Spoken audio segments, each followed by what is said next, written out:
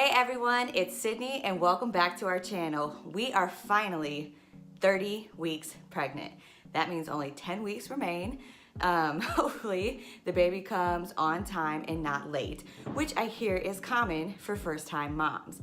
So we're gonna cross our fingers and we're gonna hope that the baby comes on May 7th or even a little earlier. As usual, we are going to split this video up into 4 different categories. First will be the doctor visits, second will be my body changes and symptoms, third will be fitness, and fourth will be fun stuff. So let's get right into the video.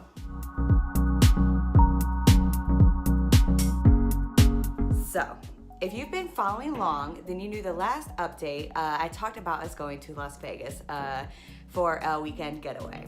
Well, we had a little bit of an issue on the flight back. We had the midnight flight back, the red-eye flight, and it leaves Vegas about, I think it's 10:55, and it gets into Detroit at 5:45 in the morning. So we're on this flight, and I'm trying to fall asleep, and it is just so hot. I mean, it is so hot on this plane.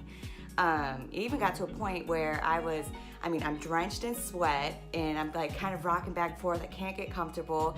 And the flight attendant actually, taps on my shoulder. She's like, "Is everything okay?" I was like, "I'm just really hot. It's really hot on here." And she said, "Well, do you want a glass of water?" And I was like, "No, because I always have my water bottle with me." So I was like, "No, I have water."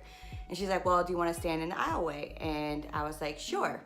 So my seatmate, because I was in the middle, let me out, and Dominic is sound asleep at this point. So my seatmate lets me out into the aisleway, and the flight attendant continues on her way. And not 2 seconds after I stood up in the aisle, I actually had to sit down, and I laid back and passed out because it was so hot. And the people around me, they're like, "Are you okay? Are you okay?" And the flight attendant came back and they're like, "Is she okay? We're just worried about her." And it was a different flight attendant this time. It was a male flight attendant. And I told him, I was like, "It's so hot on this plane." And it's crazy. And so he just told me, "Oh, take your time, sitting up, whatever." I was like, "Okay."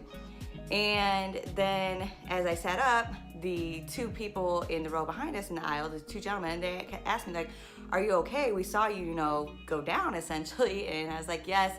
I was like, I'm 30 weeks pregnant and it's hot on this plane. It's so hot." And they're like, "Yeah, they're cooking us. It's a sauna." All everyone did was complain about how hot this flight was.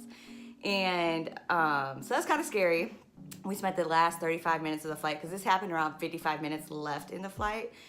And so we spent the last 30 minutes of the flight, Dominic and I, fanning me with the safety placards because it was so hot. They never once changed the temperature. And I've submitted a complaint with Delta to let them know that I thought it was kind of crazy that their flight attendant knew something was wrong. I told her, I was short of breath, it was really hot. And she just kind of continued on and didn't pass along the information to the other flight attendants. So I've sent them a complaint and let them know my experience, because we fly a lot and we're medallion members with Delta, so we're loyal customers to them. So I just want them to be aware and to understand that, hey, you probably should have not just left a person who said they were short of breath and hot by themselves on the plane. So that was interesting. So it was okay, because the next day was my doctor's appointment with my doctor. So I followed up with her and she said everything looked fine. I'm measuring well, heartbeat's still strong. So that's good.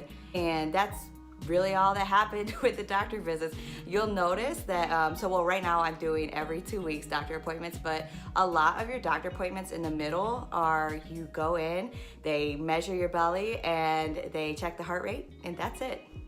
And easy peasy, you go on about your day. So that's something to be aware of, because I think a lot of people think you're supposed to be going through all these different testing or there's more to it, but it's really not. And they kind of seem like they're not needed, but they are, because they help the doctor make sure the baby is on track and that everything is okay and they're not under any kind of stress. So that's it. All right, let's talk body. So I am officially up to 22 pounds of weight gain. I'm actually really proud of myself that that's all I've gained so far. because I was really worried I was gonna gain a lot more, but I've been on top of, exercising and eating right. So luckily, I've only gained 22 pounds so far, but we still have 10 weeks left. So obviously I'm expecting that number to probably go up to the 30s. Bummer. But it is what it is, and it's for the baby, and it's healthy. At this point, I still have not really experienced any swelling. I'm still wearing my wedding rings, and no stretch marks on my belly. I've always had stretch marks on like my hips and like my sides. I've just always had them, so they're there, but there hasn't been any new ones added, and there's none that are on my belly as of yet. So let's hope it stays that way. I've also not had any Braxton Hicks contractions yet. Apparently, I'm supposed to be having these Braxton Hicks. They're supposed to be, basically it's like the uterus is practicing to, push the baby out at some point. So, I don't know if it's something that I'm just not really reading into, or they're not as terrible as people make it sound. So, I don't know, but for what I've experienced so far, I don't believe I've had any Braxton Hicks contractions. I will say that I have been extremely, extremely moody. Very moody, I can go from 0 to 100 real quick. Be really happy one moment, in the next moment I'm fuming again. I'm just so upset about probably nothing, but that's how it typically goes. I get really upset really quick, and I have really short patience, especially with my dogs, and I feel so bad about it. And when I notice that happening, I make myself really just sit there and just love on them more, so that way, I can calm down. And it does help me calm down. So it's really weird. It's crazy. These mood swings are out of this world. Another thing that I've been experiencing is lower back pain. It comes and goes. It's not a constant. It's not here every day. I've actually noticed that it's when I don't work out or don't stretch. So that's something that's starting to come, but my doctor did explain that that's something that I will start experiencing as my pelvic bones start to kind of stretch to get prepared for childbirth. So there's that, and Dominic actually has been a savior because he's been rubbing my back when it hurts. And another thing that I still have is acid reflux really bad. The old wives' tale says that if you have this acid reflux or heartburn, they're gonna have a lot of hair. Obviously, I don't know if that's true or not. We'll find out when the baby comes. But it's been bad. So I've been downing a lot of Tums and milk in the evenings, because it's really not usually during the day that I get it. It's just in the evenings. So right before bed when I'm getting ready to lay down. So I've been drinking milk and taking Tums. That's been helping a lot. And also, if you did not know, burping also helps acid reflux. So there's that as well. It's not very glamorous, but it gets the job done if you need it to. The baby is also still moving quite a bit. They're gonna start running out of space at some point, but as of right now, I can still see them roll over, switch sides, and their elbows or their feet or whatever just kind of stick out a little bit as they turn, and it's so cool. It's really just crazy to me, to be honest. And cravings, they're the same that it's been this whole time. Ice cream. I just can't get enough ice cream. I don't know. And at this point, it's not even anything specific. It's not dilly bars anymore or anything like that. It's just ice cream of any kind will really just make me the happiest person ever.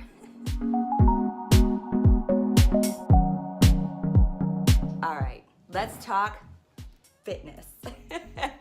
So now my stomach is getting bigger. So I've noticed with squats, I have to do sumo squats because obviously my belly gets in the way with a regular squat. So I've made some alternatives like that. And other than that, everything's pretty much the same as it comes to cardio. I'm still doing either the elliptical or walking. There is no more running. It's just, I get winded way too quickly. So just been staying on the elliptical or walking, and I do 30 minutes minimum. So and then on top of that, every other day or so, I'll walk my dogs, and that's usually 1.5 miles to 2 miles. So, I'm getting some double workouts in, but it's pretty low intensity. And for the gym, a lot of people ask like what I do. So I lift 4 times a week. So I do shoulders, back, legs, and then tricep and biceps. At the current time, I do not train chest. It's just not one of my favorite things to do, and it's really hard to do it when pregnant because you're not supposed to lay flat on your back for very long periods of time. So a lot of chest exercises are either on your back or laying on your chest as well. So I just kind of cut it out for now, and it's not the biggest thing to me because I just don't care about chest. To be 100% honest, I just don't care about it. It's just not my thing. It's not my biggest worry. So for me, it was easy to let go. So there's that. And then I usually do go a 5th day, and that's where I'll do cardio and then a longer stretch day as well. And that's pretty much the only updates right now I have on fitness. It's been pretty constant throughout this whole journey so far, other than the first trimester when I was super tired.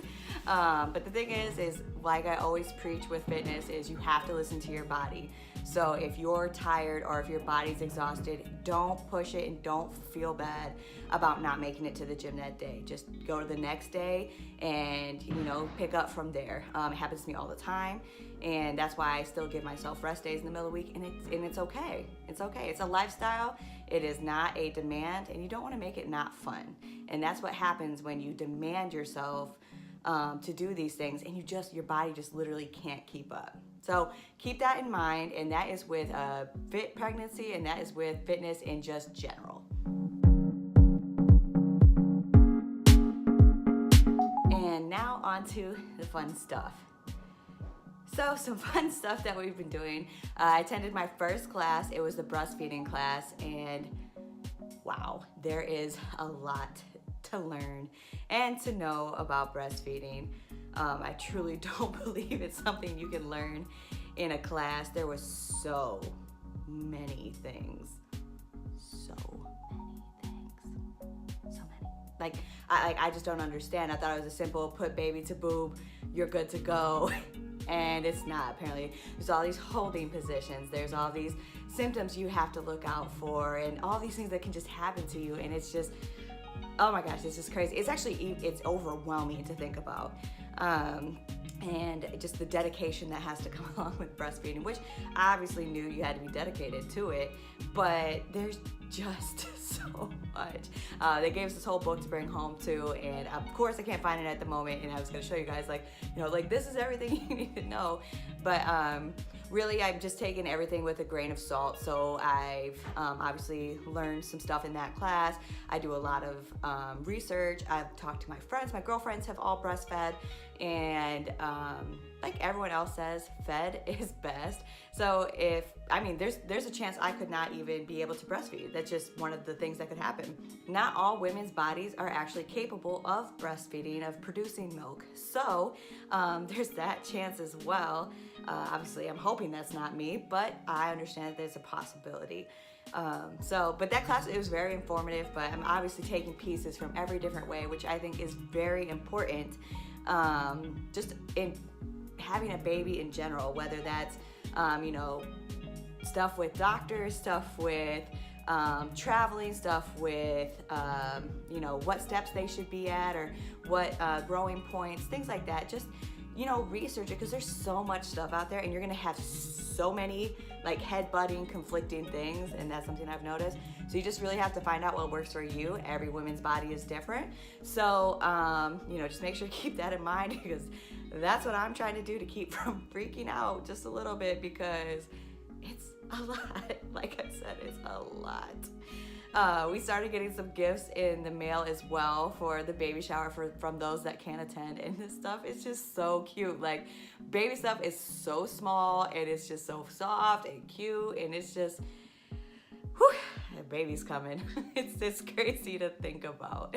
And finally, the thing that I have been looking into most recently is placenta encapsulation. So this is something that the older crowd would be like, what in the world are you talking about? What is this placenta encapsulation thing that you're speaking of?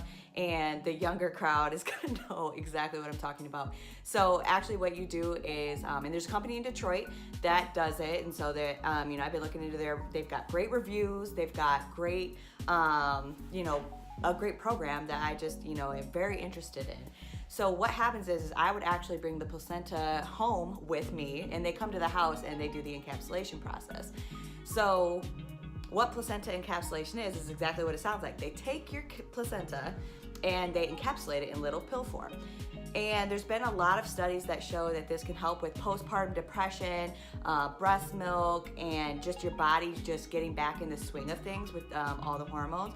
And there's a million other things. And there's really nothing that I've read that is a downside or a bad side effect of it. So for me, knowing that depression runs in my family and knowing that the postpartum depression could hit me out of nowhere, it's something that I'm highly interested in because it's natural. It comes from me. It was a part of my body. And like I said, there's a lot of studies that show that it is beneficial. And there's not really, like I said, a downside. So for me, what's the risk? If it can help, why not try it? So it's something that I haven't 100% decided on. And actually, if you have done this process before, if you could leave a comment below and let me know your thoughts on it and how it turned out for you, I would really appreciate it. You know, first time mom here, you see all these things, you're trying to decide whether you want to do something, you don't. And like I said, this is something that interests me and I don't see a downside to it. So I'd love to hear from others and how it turned out for you guys. And that's gonna do it for this pregnancy update. If you guys like this video, please give it a thumbs up and don't forget to subscribe so you don't miss a future pregnancy update with us or any of our future videos, because our Philippines series is coming. I've been working really hard on it. And then after our Philippines series is our Hawaii series, baby stuff, fitness stuff, all kinds of great things. So make sure to subscribe so you guys don't miss out on any of that. And thank you guys for watching. Until next time, live your best life.